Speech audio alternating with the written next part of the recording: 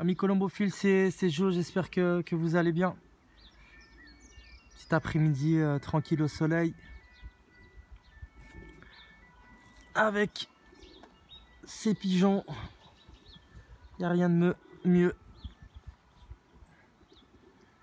Et profiter sur toute cette belle après-midi ensoleillée avec un cadre vraiment juste parfait. Avec une végétation qui est en pleine éclosion. Donc voilà, petit après-midi tranquillou à la maison. Ah, il fait beau, il fait chaud. What else, comme on dit chez nous. Donc du coup, samedi, demain en logement pour 120 km, 122 km. On va jouer 122 km, Saint-Philibert du Peuple, Saumur. Et on va en loger officiellement les 194 veufs, mâles et femelles confondus. On croise les doigts pour que le résultat soit à la hauteur des espérances. Normalement, il ne devrait pas y avoir de soucis. Cette semaine, les vents sont pour ma colonie. En tout cas, sont pour les amateurs de mon secteur. La semaine dernière, comme j'avais évoqué dans la dernière vidéo, il y a à peu près 800 et quelques pigeons qui ont été mis. Et tous les pigeons sont partis carrément à l'ouest. On voit les plus de 100 premiers prix ont été pris carrément par tous les amateurs bretons qui ont rejoint le groupement de Loire-Atlantique. Donc nous, nos pigeons se sont tapés, on va dire, un vent de bec. Et les leurs, un vent de cul. Donc absolument pas du tout le même concours. Et ce qui est complètement logique au vu des vents. Malheureusement, c'est comme ça, c'est le jeu. Félicitations aux vainqueurs. Et comme d'habitude, je change pas, moi je jalouse personne, donc bravo à lui. Il y aura, ce n'était que le premier concours. Arriba, il est dans les prix. The Wonder Woman, elle est dans les prix. Koga, il est dans les prix. Je dois faire, j'ai pas un pourcentage extraordinaire, je dois faire 7 prix sur 34. Malheureusement, c'est comme ça. Il y en a qui font 1 prix sur 30, 0 prix sur 50, 0 prix sur 30. Ah, c'était compliqué, hein. Il y a 200 prix, 234 prix, je crois, à prendre sur 800 et quelques engagés. Donc, ils ont carrément enlogé la masse. Tu vas là-bas et puis nos pigeons, ils reviennent de là. Les pigeons reviennent d'ici, de l'ouest, nord-nord-ouest, qui est pas bon. Ils avaient été lâchés dans le sud, donc ils sont remontés à cause du vent de nord-est qui a dévié les pigeons sur la côte. Et les pigeons, ils avaient juste à monter. C'était une autoroute. Donc un gros avantage pour eux. Mais ça, là, samedi, ça va être différent. C'est un vent de nord-est, mais par contre lâché à Saumur. Donc, ils ne devraient pas avoir l'avantage. Et là, il y a vraiment tous les colombophiles qui jouent officiellement. La semaine dernière, il y avait 800 pigeons. Là, à mon avis, je pense qu'on va tabler sur un 1600, voire plus peut-être. Donc là, il va y avoir de la concurrence. Et on croise les doigts pour que, en tout cas, les pigeons qui représentent l'équipe Combinassi Joe et Combinassi Benoît soient vraiment à la hauteur, en tout cas, de tous les soins que j'ai apportés. J'espère que ma méthode et que tout ce que j'ai mis en place cette année, ça va me donner des résultats. Il devrait y avoir aucun souci. Les mélanges, c'est Verkerk Lights et Verkerk Sport. Énergie de Virzelaga et des friandises de Bayers aussi. On est parti sur les mélanges premium Bayers.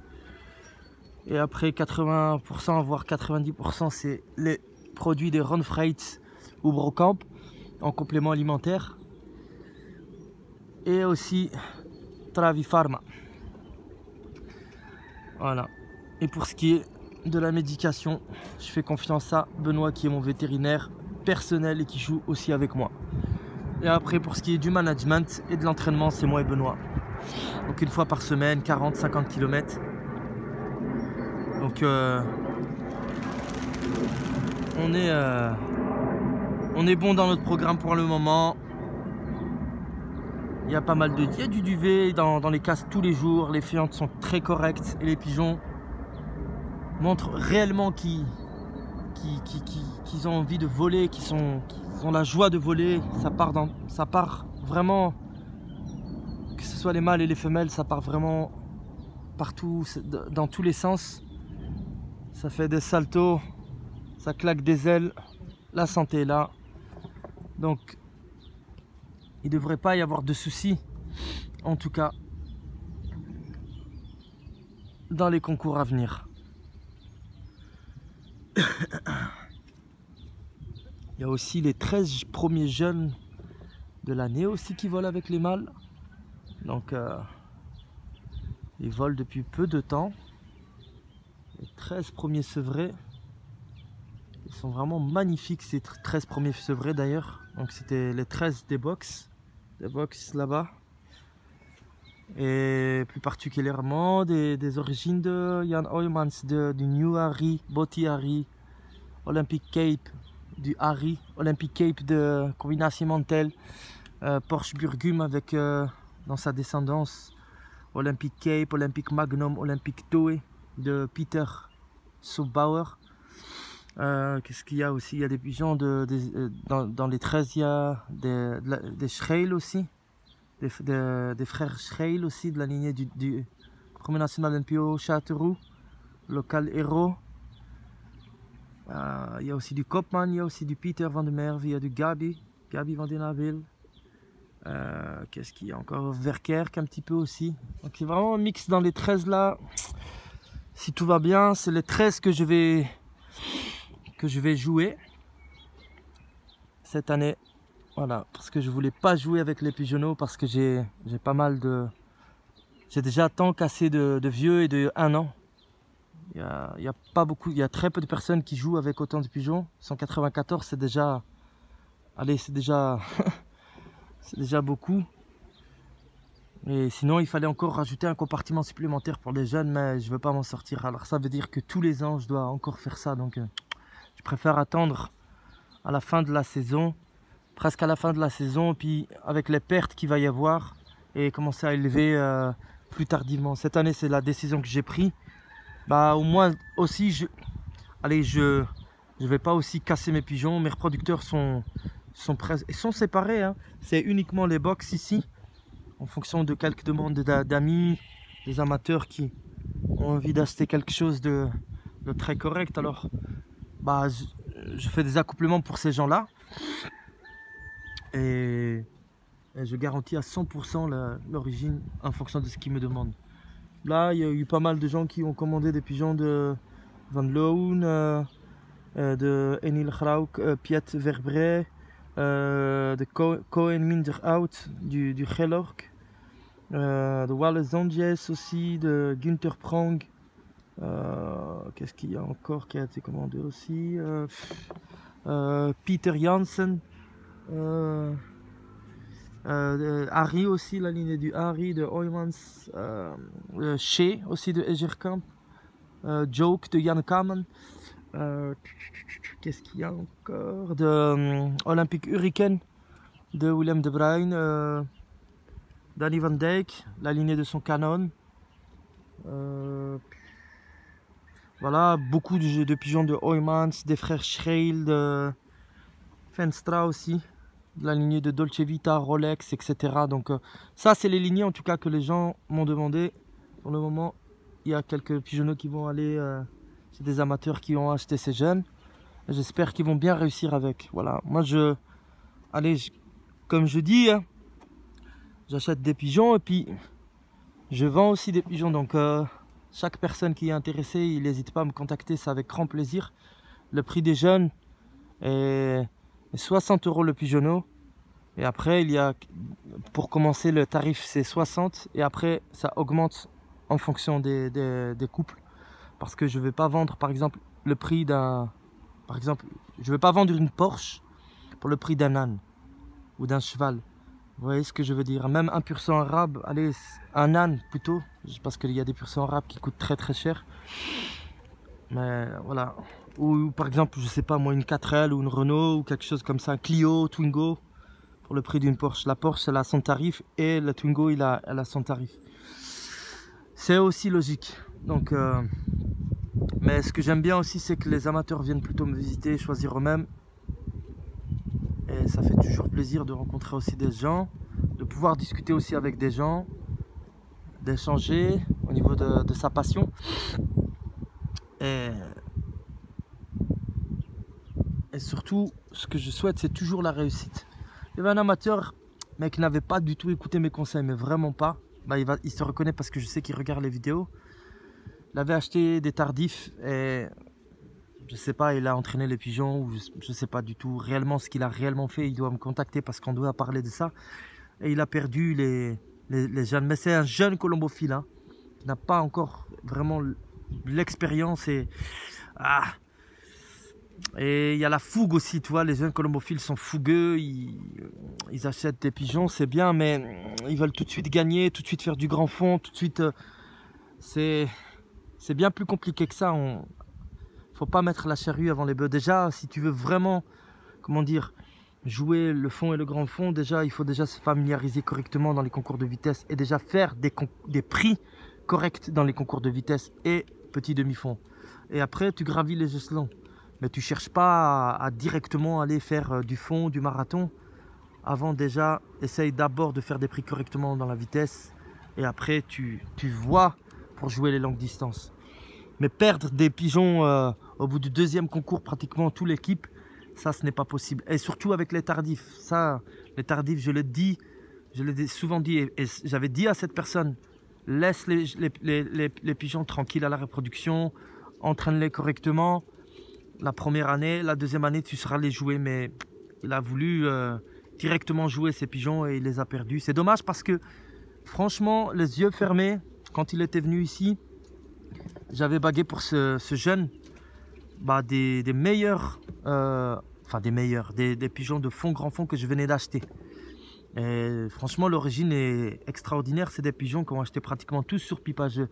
J'ai pas compris, j'ai pas compris. Si, je comprends parce que c'est manque d'expérience et le manque d'écoute et être pressé de jouer et perdre. Bon, juste pour dire que cet amateur, il est revenu vers moi parce que c'est quelqu'un d'intelligent. Il est intelligent. C'est vraiment quelqu'un de très sympathique et j'apprécie beaucoup. Donc je vais lui rebaguer une fois des pigeons gratuitement parce que je suis pas à 10 euros ou 15, 20 ou 30, 50 euros près. Je m'en fous de ça. L'argent, c'est quelque chose qui permet effectivement d'acheter du grain, des choses comme ça. Mais l'amitié, c'est ce qu'il y a de plus fort et de plus sincère. Voilà, c'est bien de mettre 300, 400 euros dans la poche, mais je vois pas ça comme ça, moi. Je vois plus que cet amateur-là, il doit recommencer. Allez, je vais l'aider et puis lui laisser une chance de... Mais j'espère que cette fois-ci, tu écouteras mes conseils. Un clin d'œil à toi, mon pote, je sais que tu vas te reconnaître. Et c'est pareil avec tout le monde, hein. S'il y a des gens qui achètent ici, qui ne réussissent pas vraiment, hein, sans mensonge, et qui a... J'aime bien les gens qui sont honnêtes et corrects. Ils savent revenir ici et avoir quelque chose. Parce que ça reste des sommes d'argent et puis c'est voilà, on ne travaille pas pour ne pas avoir de résultats. Même si, ça je le dis souvent, quand je vends par exemple un pigeonneau brut de pommes, eh ben, je ne vends pas ma méthode avec, je ne vends pas ma situation géographique, je ne vends pas mes colombiers, je ne vends pas les compléments alimentaires qui vont avec, ou le système de médication, ou le système de training. Je ne me vends pas moi-même Joe avec les pigeonneaux. Voilà, donc l'amateur, il doit être capable aussi. Hein. Moi, je suis pas dans les installations des gens, je suis pas dans la tête des pigeons, je suis pas dans, comment dire, je sais pas comment, il y a certains amateurs... je sais pas comment ils travaillent réellement. Moi, je sais que je suis quelqu'un de sérieux, sans être imbu de ma personne. Je nettoie, c'est propre, c'est bien cadré, il y a un cadre. Je fais pas n'importe quoi avec les pigeons. C'est vraiment propre. C'est sec, c'est aéré. Il n'y a pas de courant d'air. Voilà. Et les pigeons sont bien entraînés régulièrement. Je les considère vraiment comme des athlètes de haut niveau, mes pigeons. C'est pas juste des pigeons voyageurs. Voilà, c'est ce que chaque colombophile doit vraiment comprendre. C'est qu'on ne peut pas arriver comme ça en colombophilie et dire ça y est, tout de suite, ça y est, j'ai acheté des pigeons à Pierre-Paul Jacques et je vais tout de suite faire des résultats. Même moi, j'avais donné une fois cet exemple-là, des pigeons achetés chez Koopman, 1500 € pièce. Je n'ai rien eu de très bon hein, sur 2-3 ans d'élevage. Donc même Koopman il a du déchet, même Gabi Van den Abel avait du déchet, même n'importe quel très bons amateurs a aussi du déchet. Ils ont aussi des pertes ces amateurs, il ne faut pas croire. C'est tout le monde a de la perte, tout le monde a du déchet. Mais si en plus, c'est vrai que l'origine est là et qu'elle est vraiment bonne et puis que l'amateur il est vraiment il soigne correctement ses pigeons, tu le vois directement. Les pigeons ils vont te le faire voir, le baromètre de la forme c'est la volée. Le baromètre de la forme c'est la volée. Quand tu vas les avoir en main tes pigeons, tu vas tout de suite sentir quelque chose. Il y a un espèce de feeling. Il y a un super feeling qui va se créer. Tu vas avoir les pigeons en main, tu vas sentir quelque chose. C'est des belles poitrines rosées, du duvet qui tombe régulièrement dans les cases, là, une joie de voler. Et aussi savoir bien motiver ses pigeons. Ça c'est le dernier échelon, il faut savoir motiver ses pigeons. Parce que le veuvage, quand tu joues au veuvage, si tu montres trop les femelles, les mâles, et même les femelles, à force de voir leur mâle, ils se lassent du système. Tu vois, le premier concours, ils ne se sont pas vus à chaque entraînement de 100 km, ils ne se sont jamais vus. Et quand je vais entraîner à 50-60 km, ils ne se voient pas non plus. Et je fais un coup les mâles, un coup les femelles, ils ne doivent pas se voir. C'est des veufs, c'est des célibataires, ils sont en mode célibataire. Là, à partir de samedi, ils vont se voir. Ils vont se voir un quart d'heure, 20 minutes, une demi-heure maximum. Et je commence à en loger. Tu vois? Et le deuxième concours aussi, je vais faire voir. Le troisième, peut-être que je ne ferai pas voir. Il ne faut pas faire montrer tout le temps, parce qu'ils se lassent. C'est comme aussi au naturel. Le naturel, pour les femelles, c'est surtout en couvage en éclosion. Quand des petits avec des œufs béquets ou sur vraiment des œufs de 10 jours. Les mâles c'est surtout avec la chasse à nid ou avec un gros jeune. Et les femelles c'est surtout sur des œufs de 10 jours ou des jeunes de 1 à 12 jours. Voilà, ça c'est personnellement ce que moi j'ai remarqué. Et il faut prendre des notes. Hein, parce que sur internet, tu vas avoir 40 000 informations. Tu vas avoir 40 000 systèmes. Il y a énormément de colombophiles dans les pays d'Europe et chaque colombophile a sa méthode. Il n'y en a pas un qui nourrit de la même façon, il n'y en a pas un qui donne les mêmes choses en complément alimentaire, il n'y en a pas un qui est à la même situation géographique, il n'y en a pas un qui joue avec les mêmes pigeons. Vous voyez ce que je veux dire? Donc, c'est tout là en fait l'art d'être un technicien en fait. Parce que être colombophile, c'est être technicien, c'est être diététicien, c'est être coach sportif, c'est être manager, c'est être homme de ménage. Il y a beaucoup de... C'est un sport où il y a vraiment des multicasquettes en fait. Et quand tu sens par exemple que les pigeons ils rentrent pas correctement, il faut aller voir le vétérinaire, faire des analyses de fientes, faire des frottis de la gorge pour voir s'il n'y a pas de la trichomonia, s'il n'y a pas de dévers, s'il n'y a pas de la coccidio, s'il n'y a pas... Il faut pas hésiter à aller voir les vétos.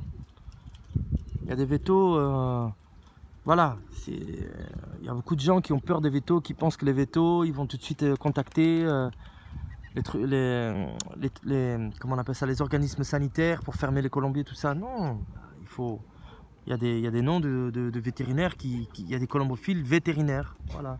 Il ne faut pas contacter n'importe qui, voilà. Par exemple, si tu tombes sur un vétérinaire qui fait que du bovin, des vaches, des chevaux, des choses comme ça et tout, qui n'a pas forcément de connaissances avec les pigeons, il faut faire attention effectivement, mais il y a des colombophiles vétérinaires. Il y en a. Et c'est ces gens-là qu'il faut contacter. Voilà les amis.